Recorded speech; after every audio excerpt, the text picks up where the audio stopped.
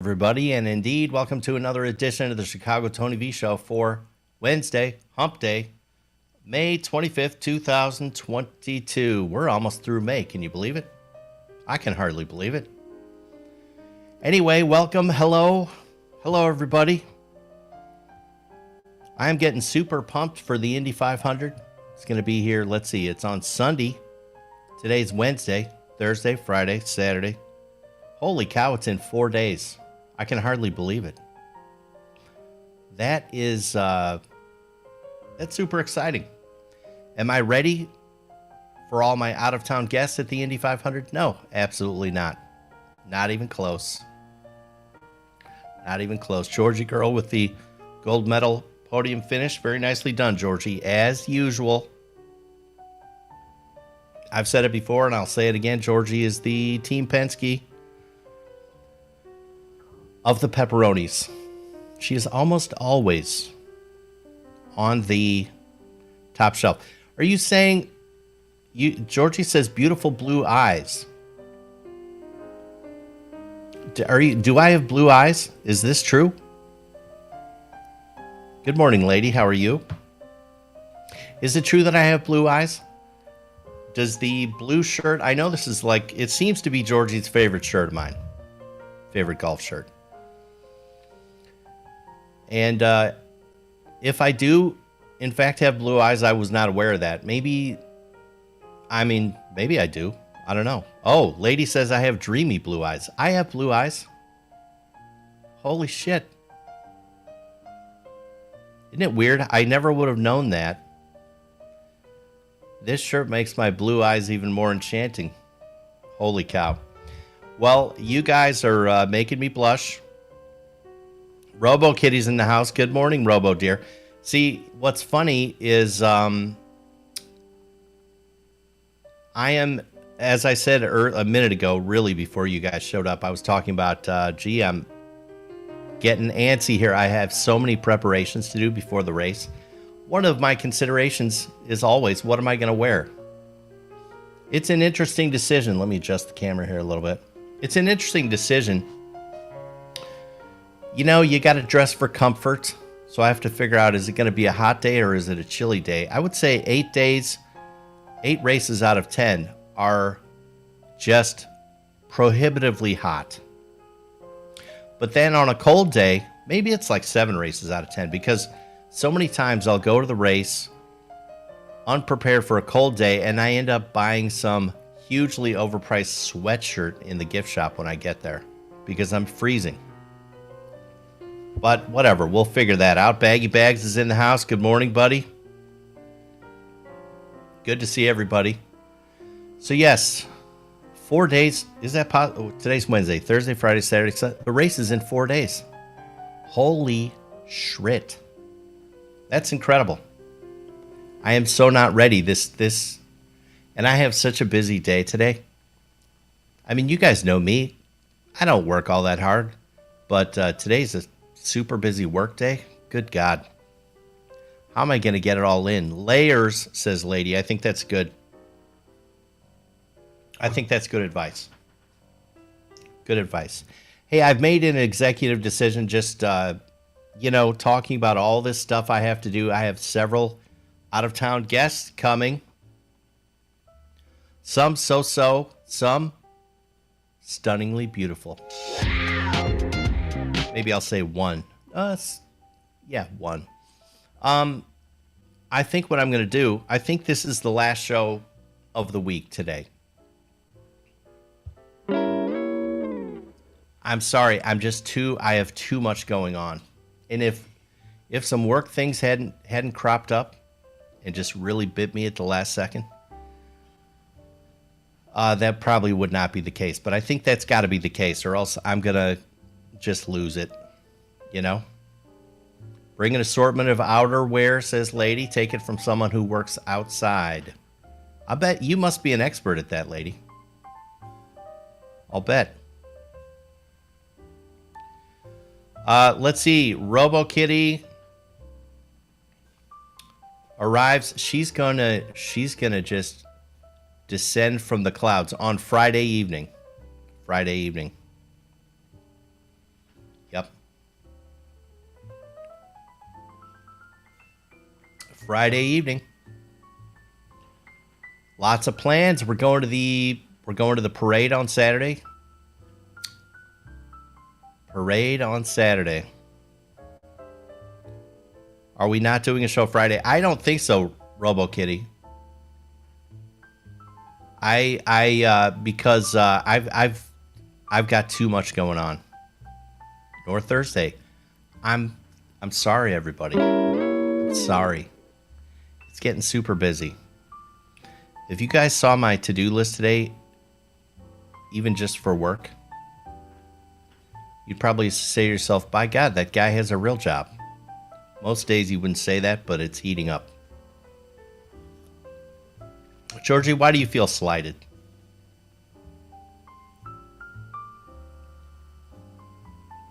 Oh, you were gonna do a show with me in studio on Friday, RoboCat? I would be shocked if we don't get on camera at some point. I might. You know what I should do? I should. Maybe I can find a way to have the Chicago Tony V staff make some sort of an appearance as well. Vincenzo, my dopey computer guy. Maybe. I don't know. I have so much going on. I'm getting stressed. It would be cool if Robo did a show with Tony. That would be super cool. I'd have to think about the logistics. Everything's set up for just one fat face. You know? 2-camera shoot. That would be interesting. It needs to freaking happen, you think. Hey, Georgie? It has to happen, she says. Well, that's a fun idea. It's a fun idea. Oh, yeah. Oh, that's right. Oh, see? Robo's not leaving till Tuesday. So we could do a show Monday morning. That's actually perfect. Let's do that, RoboKitty. Let's do that. I think that would be hilarious. That would be hilariously awesome. I think fat chance that I could get Vinny to be here on a Monday morning. I don't see that happening. But Tony Robo, that would be great. That would be great. So, anyway, it's an exciting time. You guys all know me so well, so I probably didn't even have to say I'm all stressed out, right? You guys can probably just tell. Memorial Day show. That's right. That is a holiday. So technically I could get I should get paid time and a half for that. What is 1.5 times 0? I don't know. I'll have to get my calculator out.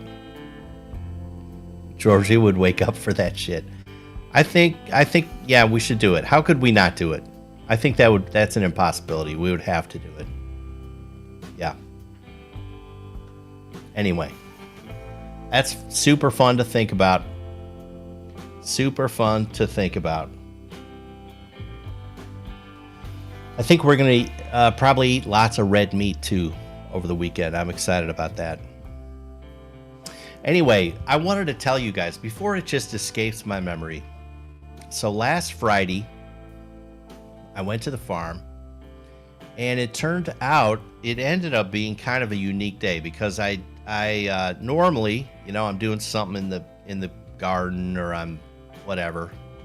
I'm just doing something on the property. Well, old guy needed a ride here, there, and everywhere. So I ended up being a chauffeur, and it was super fun, super interesting. He broke his neck earlier in the year, and he can't turn his head, and he's old as shit, and he has one eye anyway. So he really shouldn't be driving. So I was happy to drive him around. We hopped in. We bought a bunch of plants. That's one of the things we did. We bought some feed. So we went to the feed store. We went to several nurseries. We hopped in an old Chevy van. It doesn't even have handles anymore, right? He has rigged the original handles fell off.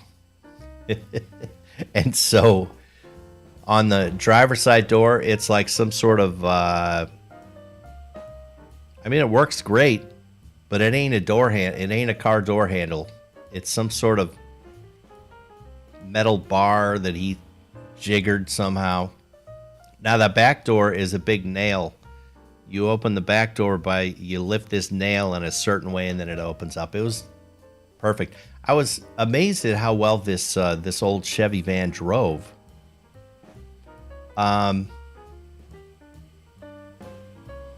Lady wants to know, is Robo going to the farm with me? See, here's the problem. It's like an hour and a half away. It's an hour and a half away. We'd have to find something to talk about. That's 3 hours in a car. I don't know if Robo is coming all this way to spend 3 more hours in a car. I don't know. I mean, it's certainly a possibility. I guess if we're looking for something to do on Monday, hell, might put her to work. That's the danger. If we showed up,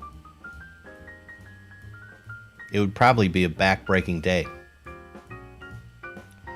Anyway, so I drove the old guy around the country, and it was just, it was quite a learning experience. Now, you know, in rural America, let's face it, the reality is that, you know, people are hurting. They're scraping by.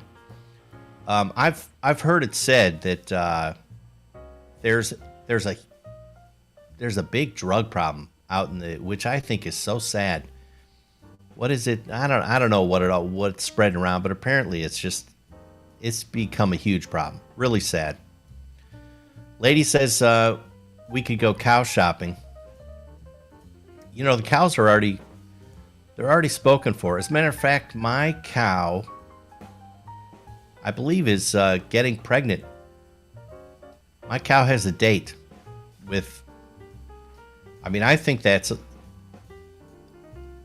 you know, I don't know how I feel about that, but so I'm really going to be buying 2 cows, I guess. You know, one for now, one for later. So I don't think we take possession until my cow has been horribly violated. I don't know exactly when that happens. Oh, Robo would definitely outwork us, for sure. Baggy Bags is correct.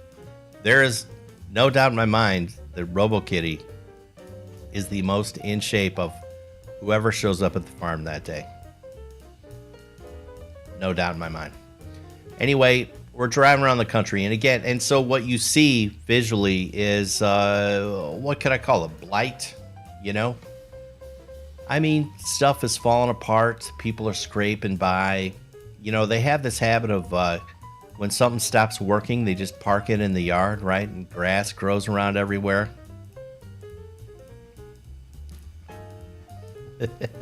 Men always policing women cow bodies. Right. Anyway.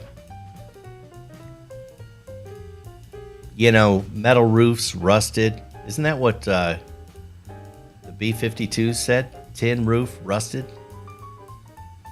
It's just kind of in some ways. Now it's still beautiful. I mean, farmland is farmland, countryside is countryside. But you can see that, you know, in general, things are falling apart, right? Anyway, we drove here, there, and everywhere. We spent 5 hours driving around the country. I've never seen anything like it. Part of that is we stopped for a nice lunch in the middle of the day. That was fabulous. But anyway, it turns out, I didn't know, but these nurseries that we were going to be buying plants from, they are Amish businesses. Amish businesses. Now, I assume everyone knows what what Amish people are all about. I assume.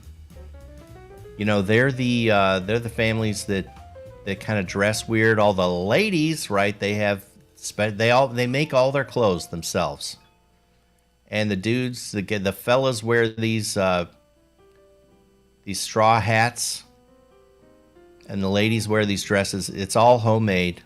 I think you've seen it. And, you know, they're very industrious, right? And the whole family, you know, goes to work. The whole family goes to work. Here's a picture of them with their coolers, right? Going somewhere to do something. But you've seen, okay, everyone knows what Amish people are, right? All right, just so we're clear. Are you saying they don't have buttons in their clothing? Is that true, lady? What is the reason for that if that's the case? Huh. Anyway. So we were driving, we ended up in Amish country. And what was so interesting to me is they don't wear buttons because buttons are decorative. I'll be dipped. They're hardcore. They're hardcore on they're very simple, straightforward people. Very simple. As I said, I mean, even just that, let's say they use buttons, which apparently they don't.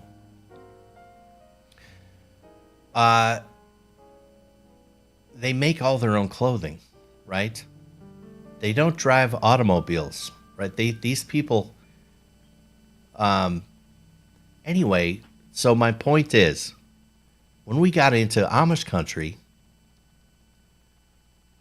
the scenery changed, and I mean drastically. There was no sign of economic decay. No sign. Quite the opposite. We were going by one place, and I honestly thought, oh, that must be some hotel. It was this big, beautiful, out in the middle of the country, which really confused me. That's why I asked old guy, what is this? What is this hotel? No. An Amish family lives there. I couldn't believe it. It was totally pristine, beautiful, and gigantic. Now, and famously what they do, they build all their own stuff too. So all these Amish homes and barns and everything, they get together and they build it themselves. Can you imagine what that saves on everything? And they do it very, very quickly. They're expert builders. You guys have seen it. They, they'll get together for a day. It's like today is the day to, build old Grabers. The Grabers need a barn today. Okay, let's all show up and let's build it in a freaking day, And look at this picture. They're like army ants, and somehow they all know what they're doing. They've probably all done this 1,000 times, and just very, very quickly they get these beautiful, beautiful structures up. It's unbelievable. I just admire the hell out of it. So this first, I noticed again. I thought this place was some big hotel. No, that's a family's house. And then we would see another, and it was a stark contrast, right? Again, so many people out in the country are just scraping by. Their places are kind of falling apart. Some are very nice, but it's most common to see places that are falling apart, right? Not in Amish country. Holy hell. Everything looks pristine.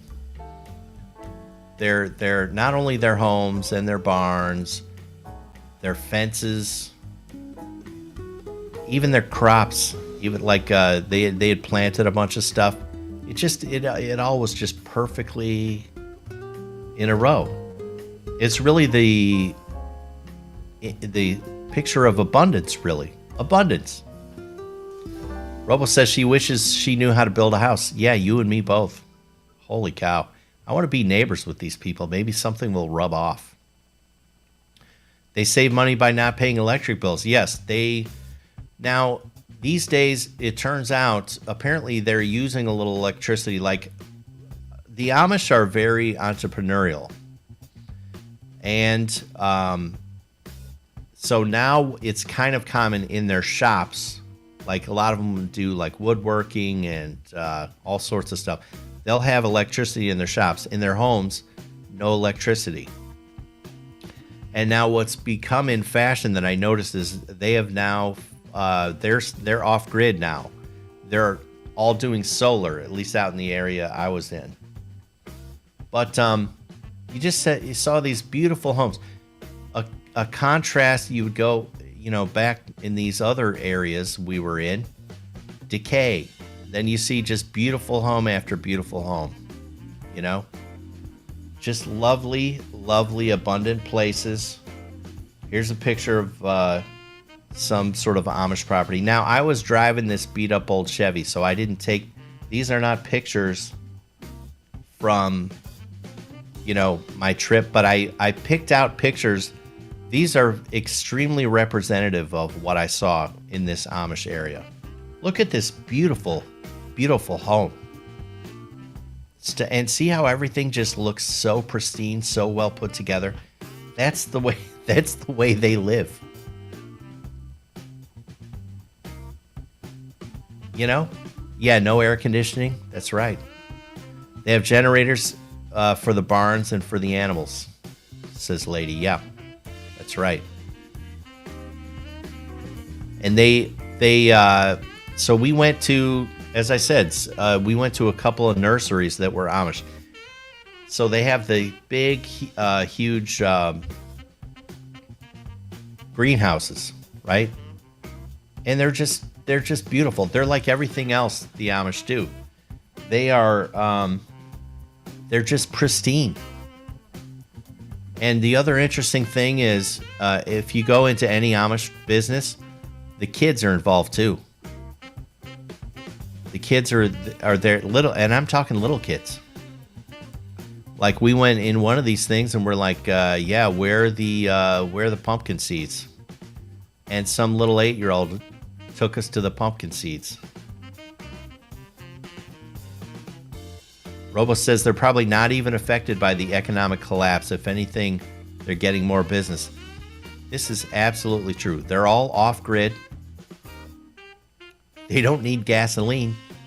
They grow it. They grow hay to power their automobiles, which are horses. And even you want to know something funny? Like we passed several Amish dudes on buggies and stuff. Even their horses are just beautiful. They're so well behaved. And they have this trot. It's very, how would I even put it? It's just poetic. It's like poetry in motion. Everything these people do is graceful, simple, beautiful. They're totally set for the zombie apocalypse, although they don't have weapons. Maybe I can sell them some guns when shit hits the fan. But those people are onto something, I swear to God. Now, you know what's sad? I couldn't even do that. I think part of their secret, hold on, let me get a sip of coffee. Part of their secret is that their families stay with them. And it's a very tight-knit community. The kids. So I think one of the reasons they have such gigantic houses is that the grandparents live with them, right? They care for their elderly. They care for the elderly. Georgie, take it easy now. I'm not even going to put that on audio. Take it easy. Look at this beautiful place. Lovely, stunning. Gigantic property. They built it all themselves. See, I don't know if you can see it. There's solar up on one of those roofs there. They're just living like kings out in the country, in this beautiful, beautiful country land. And they have everything so well manicured. Here's a beautiful brick Amish home. Probably 4 out of the 5 that we saw in our travels were those white kind of whatever wood siding homes or whatever they do. Still big and beautiful. Every fourth one was a beautiful brick home. These people are loaded. They're loaded. They're living like kings out there, and they're super industrious, but they seem like no stress.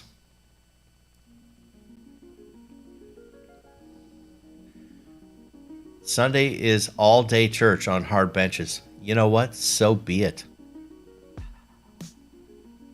I would do that as opposed to living in a van down by the river, you know? I don't know. It's really something. Really something. I think there's a lesson in there somewhere. Here's a picture of they all have, of course, buggies, carriages of some sorts. But they're all just neat and tidy and beautiful to look at, just like this picture. You know how like some wealthy people, they'll have like a gigantic parking space for their RVs, you know, so they'll like have car, RV.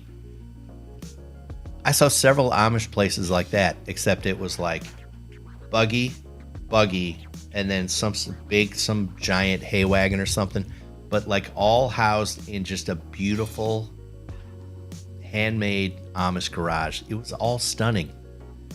These people are macking it like you wouldn't believe. Robo wants to know, Tony, did you visit them or just pass them? Well, we passed these homes, and then we went into, as I said, a couple Amish businesses, and all the people, everyone working there were Amish, and we did interact with them. And I've been, you know, I've gone shopping in Amish country with them before. Like I remember, old guy needed like a new saddle for one of his horses. Well, they do awesome saddle work, the Amish do. And I remember we went into some Amish leatherworking shop. That would have been years ago. But now let's think about it. Okay. So our three main stops, we stopped at a feed mill to buy,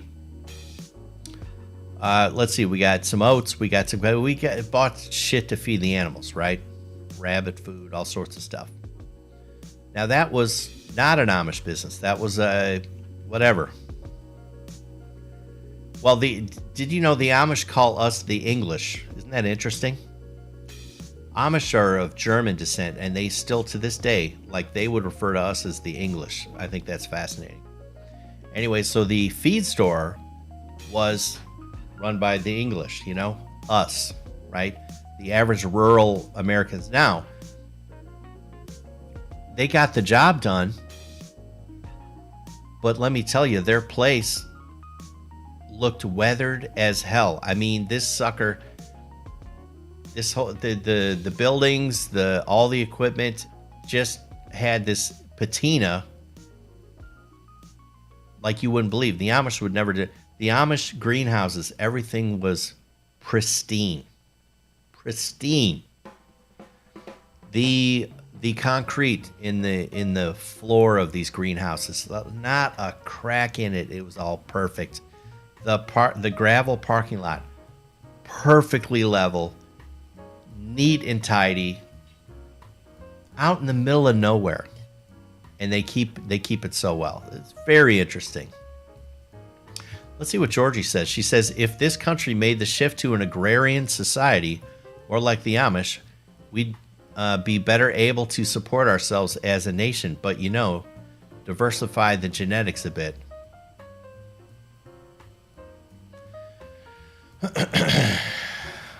Yeah, so I agree with you. Yeah, for sure. Of course, if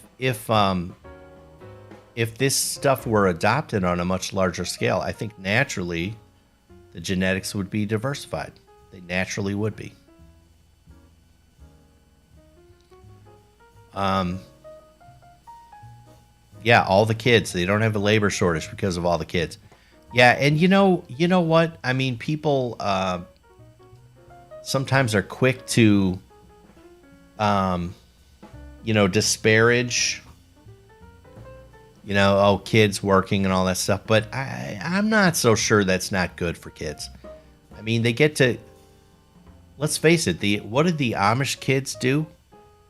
They become Amish business people. I've got a book here on the bookshelf. It says the average, they did a study on the Pennsylvania Amish. The average Amish entrepreneur clears $500,000 a year. As a matter of fact, the Amish instituted a rule for themselves. They said once you make 500 G's, just cool it, would you? So they're kind of they put limits on themselves. So, yeah, less screen time, more field time.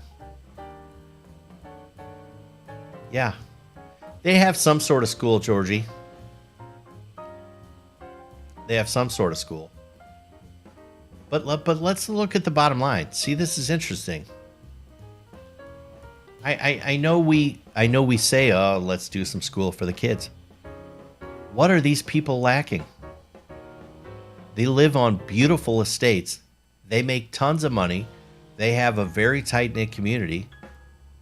Even get this, people are every once in a while shunned from the Amish community. Right? There was actually my farming family was telling me there was a shunned Mennonite living up the street from them years ago. Mennonites are basically sort of like they're Amish light. It's kind of like Amish are Coke and Mennonites are like Diet Coke sort of thing. So they don't get to watch Chicago Tony, says Hazy Half Moon. You know, and they're better off for it. Let's be real. Let's be real. Georgie, Jesus, what is your I think you're really focusing in on this thing here. Anyway, what was I going to say? I don't know. I lost it. But, I mean, oh yeah, the shunned people. So there was a shunned Mennonite. And you know what they do when they, sorry, you're not working out. We can tell you're going to, whatever. They shun the person, but they give them an entire working farm. Like, they will, even the people that they cast away, they give them, here's a bunch of land, a barn, a house, everything. Best of luck to you. You just can't come hang out with us anymore. That's how wealthy these people are. Tell me what do we need to school them more like American kids? I'm not so sure. Our American kids can't stop playing Fortnite and shit. Deer in the headlights, if you ask me. But that's just me. They're wealthy as hell. Here's another fabulous place. These people have beautiful estates. And everyone else around them, not almost everyone else, all the English are just scraping by. It's amazing. There's something in there. This, in my opinion, would, based on what I saw on Friday, this would be like a modest house in Amish country. They all had these beautiful, beautiful estates. Anyway, it is what it is. I thought it was fabulous. And like I said, I could never do it because I think you need that system. They've been so smart with the way they have set things up. So smart. You know, they have this whole network, this whole community. They have kids that are just plugged right into the system. I guess maybe with more and more success, maybe it'll spread, right? I don't know.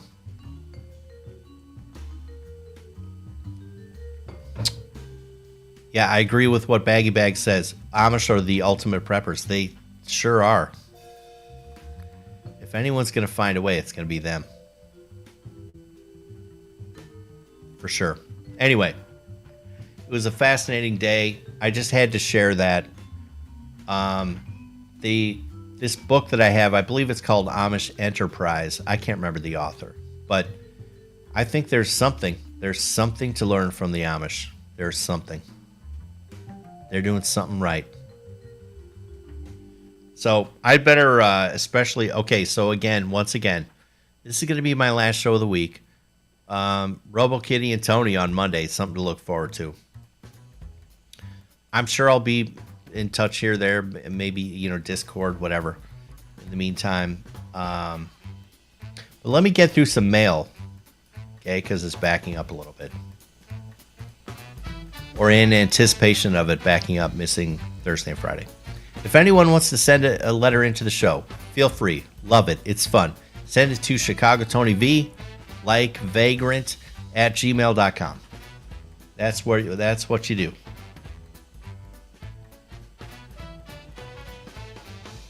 If anyone's keeping really close score, this background music that's playing right now, here, I'm going to be quiet for a second. I'll turn it up.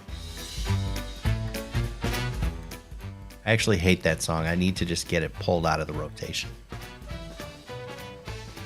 Distracting. It's too busy. Anyway. As a matter of fact, now that I said something, it's probably going to mess up all you guys. Let's switch. Boom. There we go. That's better. All right. Let's get to a letter before it's too late. Here we go. Hey, Tony, what is your favorite type of candy and where can I send it? From Mary Kay. Oh, man. That's just what I need is people sending me candy. Let's see. What is my favorite kind of candy? I think there's probably two ways to answer that because here's the situation with candy, all right? There's candy that's readily available. You see it everywhere, right? As a matter of fact, you can't get away from it if you want to interface with, storefronts these days. You can't get away from it. That's one class of candy. And then there's another class where it's you don't see it everywhere, right? Like, for example, if you walk into a Cracker Barrel, they have some unique stuff. You walk into a Cracker Barrel and it's like, oh, it's like, oh, this, I haven't seen this in a while. You know, shit like bottle caps and stuff like that. Georgie says, is this the same Mary Kay who wrote in last week? Could very well be. I can't keep track of all that shit. Probably then. Would be my guess. There are some people who, now some of these shy pepperonis, right? Who don't, they listen to the show or whatever, but they don't interact in the live streams. I get some of those people email me and text me very regularly. I haven't paid attention to letter writers. Okay, so where was I? All right, so I'm going to say of the... Oh, wonder if she's trying to woo you with candy and emails. Well, she might be onto something with the candy thing, although I'm not giving Mary Kay my address. I just don't think accepting candy through the mail is probably and giving my address to strangers, right? Although, let's face it, do have a pepperoni flying in to see me, right? So Mary Kay shouldn't give up. Maybe it can happen. But I'm gonna say of the common candy that you just see everywhere, my favorite is the Payday candy bar. What's not to like? Now I will say, it's actually a good idea, lady. Get a P.O. box. That's a great idea. Still not gonna eat random candy. I'm not going to be like one of those YouTube mukbangers.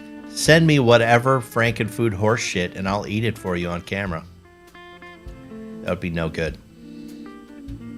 Let's see. Chocolate Payday. Can't do it. Isn't that weird? Payday, tremendous. Chocolate Payday, not so much. A close second for me is a Baby Ruth. But then let's talk about this. The candy that's kind of hard to find. Right? You don't see it everywhere. I'm gonna say my favorite is Maple Nut Goodies, Brock's. It's a tremendous candy. This is so bad. Don't get me started talking about candy, okay? All right, next letter. Dear Tony, I'm so excited for RoboKitty to have a chance to see the indie in person. See, this is an ongoing drama. I think that people are maybe invested in. How sweet of you to host her experience. Please let us know how it goes. Maybe I will, maybe I won't. I want to know, do you have a favorite Indy memory? This is from Becky G. Do I have a favorite Indy memory? I have so many Indy memories, it's not even funny. This year is like my 36th or 37th race in a row. I got to do the math. Well, let's do it right now for the hell of it. Let's see, my first race was 86. So that's 15. It's 15 races in the 1900s. And then this year is 22. So that's 37. But then remember, they robbed us because of the flu deal. No one went to the one race because of the flu deal. And I think maybe Takuma Sato won that race, maybe. Thank you, lady. 36 years. Are you good? That brain of yours, lady letter carrier, it's amazing. So that's a lot of memories. I think my favorite memory at the Indy probably involves my dear old dad. Now, they do, every year, they do a flyover. Kind of like they do at big football games or whatever. And normally it's like fighter jets, shit like that. Now, once or twice, they actually went back. They did like World War II, like prop planes. That was really cool. There was one year, I got to kind of set it up. We were sitting on the straightaway on the outside of the track. Now, those seats are under a roof. And we were right at the end of a section, which meant that we were at a gap in there was this gap in the roof right next to us. The roofs don't connect. So there was a little gap. And they did a normal flyover. You know? Whatever. I would always sit next to my dad when we went. And this one year they did the normal flyover, and then without warning, after just a little minor delay, they flew a B-2 bomber right. This thing was so low, I can't even tell you. And I couldn't believe how slow it would go. It was a slow flying plane, and it had this deep rumble. But they flew it over that roof right above us, so we couldn't see it until it hit that gap, and we just weren't prepared for it, you know, because we thought, well, you already did the flyover, like, end of story. Okay, let's go racing. And then that thing, and it was so close, it looked like in big, gigantic plane, deep, and it was terrifying, actually. And just, it was so funny. My dad and I freaking embraced each other. We didn't know what the hell was going on. It ended up being really funny. There was another year where there was a horrible crash right at the end of the race, and it was right in front of us. This was turn 4. It was a 3 or 4. Some cars were vying for like third place. It was like between third place and fourth place. And just as the winner was going across the start-finish line, I can't remember who won. I think maybe Al Unser Jr., but these cars were right in turn 4 trying to get from fourth place to third place. Well, all hell broke loose. Big crash, and one of the cars went up into the fence. It went over the wall and up into the fence in front of us. It was freaking terrifying. I mean, these things are going 200 miles an hour. And the car it rolled across the fence and disintegrated. And I remember the front cone of the car landed in my brother's lap, my older brother's lap, and he was sitting right next. We were showered in fiberglass car body parts. It was big. It was good. All right, let's see what else we got. How are we doing on time? 7:45. I got to go right at 8. Just so you know. Dear Tony, are you a good cook? Do you have a signature dish that you make very well? Beth E. Okay. I'm going to say for sure no, I do not consider myself a good cook. Definitely not. My main problem is, well, I have a couple things going against me. Number one, I'm a single dude, right? Live alone. The other thing that goes against me is I'm a pretty simple person, really, I think. Like, I'm one of those people that I could eat the same thing. Like, if it's a dish that I like, I could eat the same thing. I'm not kidding. I could do it every day for weeks and weeks, and it wouldn't bother me. So I'm kind of not, like, driven to, I don't need to be a good cook for myself, right? Which, one of the reasons I'm stressed is now that I have all these out-of-town people coming, well, would be nice to be good at something, but that's not me. So we'll see how it goes. On the my last story, Robo, did the driver survive? Yes. As a matter of fact, have I ever seen a death at the Indy 500? I have not. Now, since I've been going, there have been one or two deaths during qualifying. So that's not the race. That's when they're trying to enter into the race. Scott Brayton, I think, died in qualifying. Now, I did see a famous, maybe one of the most famous IndyCar deaths ever, Dan Weldon, two-time Indy 500 winner. He died at a race in Las Vegas, and I happened to be there. I've told the story before, and I happened to be with all the drivers the night before, including Weldon. And so it was very, very weird to meet him and then see him perish at the track the next day. That was awful. It's Baggy Bag says I might be part Amish with my simple eating habits. Absolutely. Now, I'll tell you, I can make tremendous meatballs. I have my family sauce recipe and everything. They're tremendous. But it takes me half a day. I mean, it's a long process. So I don't have any plans to make meatballs this weekend. I have too much other shit going on. But, yeah, no, I'm not a good cook. I think Robo had better brace herself. Okay, let's see what else. 748. Holy bejesus. All right, here we go. Hey, Tony, where are most of your listeners from? Chicago, I assume. Did you ever think of doing a local event to connect in person? Bob R. from Springfield, Illinois. Wow, if Bob's from Springfield, maybe he would come to a thing. I mean, I don't. As far as I can tell, there's no concentration of people. I guess based on the letters, sometimes people say where they're from. It seems like Midwesty. But certainly, I don't think I have some big Chicago following, I don't think. Have I ever thought about doing a local event? I mean, yeah, I'd certainly be up for that. Lady Letter Carrier and I have met in person. Fabulous. And hopefully we're going to be doing that again soon because I have to... my mom's having surgery, so I'll be up there. So definitely I'll be seeing Lady.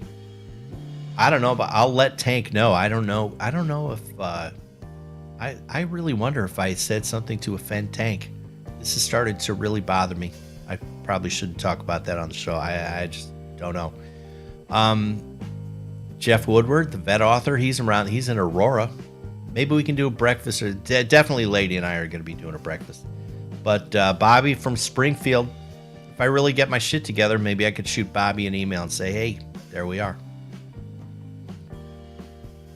Okay. What else we got?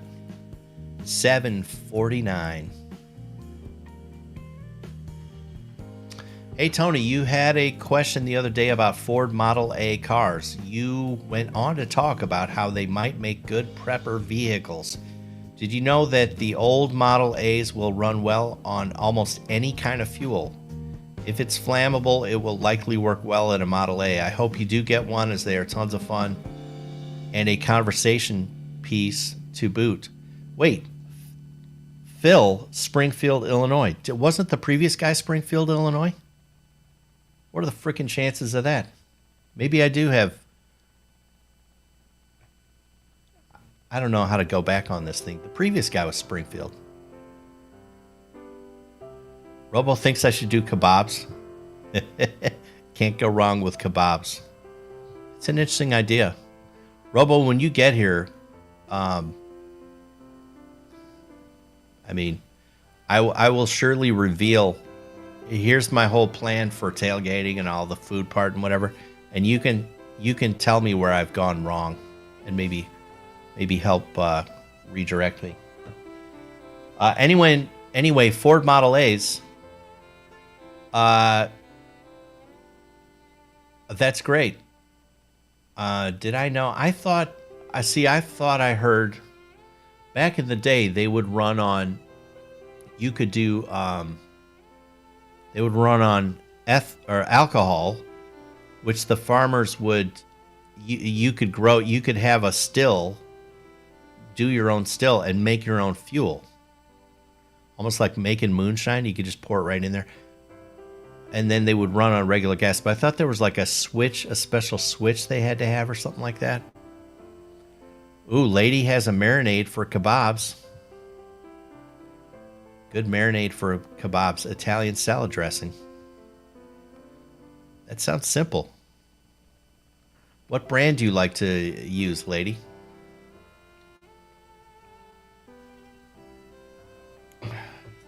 Let's see. Georgie says Model A's. Oh, wait. It says they don't go very fast and probably don't take potholes very well. I've heard. Well, first of all, you can get probably the top speed. It depends on the package you have. Overdrive, I think it's called. They'll do 60. A good Model A with overdrive will do 60. That's as fast as I need to go. In terms of potholes, I have heard that you feel everything on the road, which doesn't sound very appealing to me. However,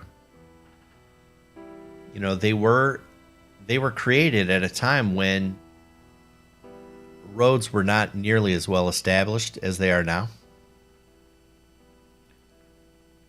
Holy cow, it looks like Anthony's from the We Have Issues podcast. Anthony says kebabs can go as fast as the car you're eating them in. Very good point. See how smart Anthony is? You guys got to check out the We Have Issues YouTube channel. They just posted a movie, I guess, that Anthony made. What was that, 2005, something like that? I thought that was super, super cute. And you guys are you working on a movie now, Anthony? Is that what's going on? Maybe there's a little bit part for an alleged mob personality. I'm just saying. Yes, it's 3 minutes or so of a short film we tried to make. I thought it was, I commend you. I commend you. Honestly, I watched that and it's like, that makes me want to make a movie. So you guys should all check it out on the We Have Issues YouTube channel. Oh my God, I swear to God. Anytime. You got to find a way. Find a way to work me into the script. I still want to do, devote a show to your comic book, right? Which I received and I love. We need to find a way to get you guys on and just talk about that whole project because I think it's fabulous.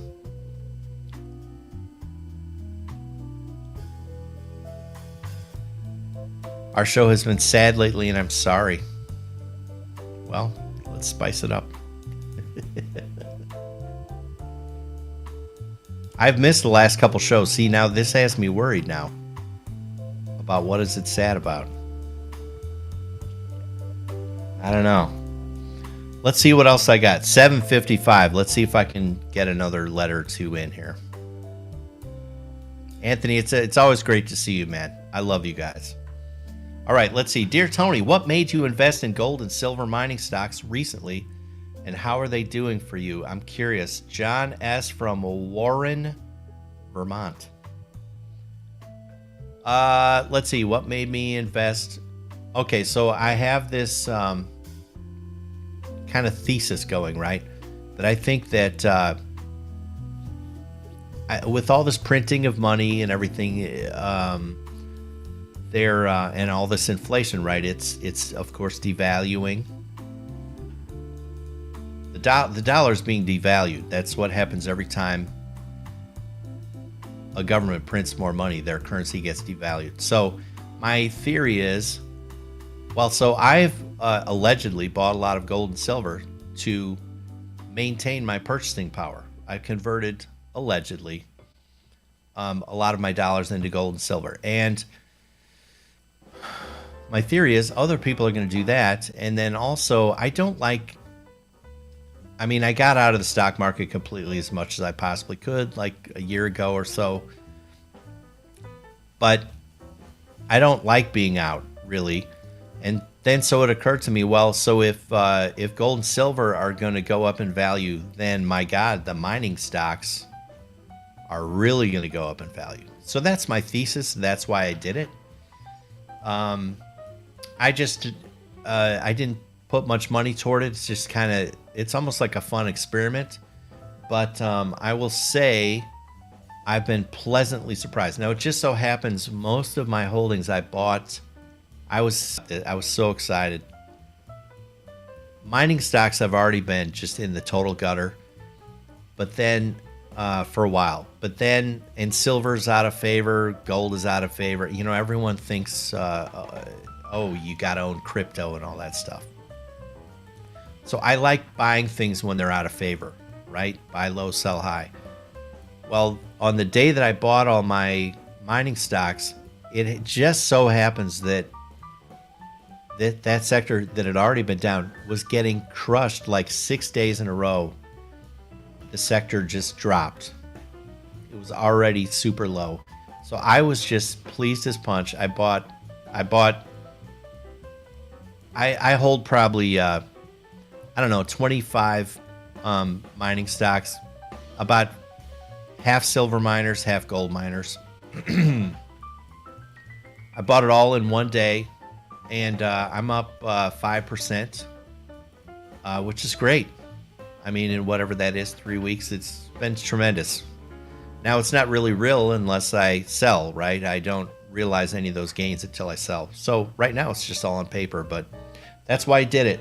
That's why I did it, John S. That is why I did it. 7:58. Listen, I think I'm going to cut it off there. And I think that's what I'm going to do. I definitely got to skedaddle. Everyone, thank you so much for spending the morning with me again. Thank you for a great half of a week. Everyone watch the Indy 500. If you can't be there, watch it. Give it a watch this year. Georgie, I did not get to the track this weekend, so I haven't forgotten. It actually sucks that I haven't been to the track.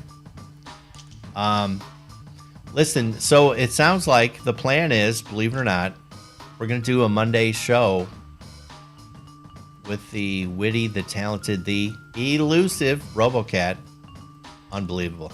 I think we'll do that. I think we should do that on Twitch. I don't think we should do it on Reddit just because of the narrow screen. We'll have to figure it out. Anyway, surely we will report back in the meantime. I love you guys. I like you guys. Thank you for being a part of my life. Thank you especially, Anthony, from the We Have Issues podcast.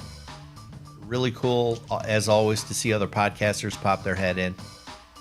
And have a great rest of the week. Enjoy the holiday weekend. Robo Kitty and I will see you on Monday. That sounds so crazy. Watch the race. Okay? God bless. Love you guys. See you on Monday. Wish me luck.